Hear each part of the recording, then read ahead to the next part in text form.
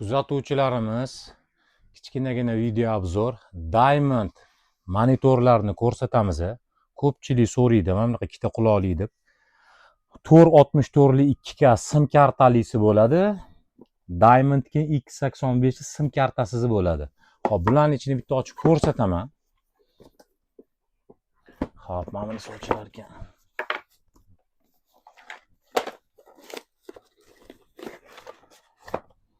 Ko'rsanglar bo'ladi.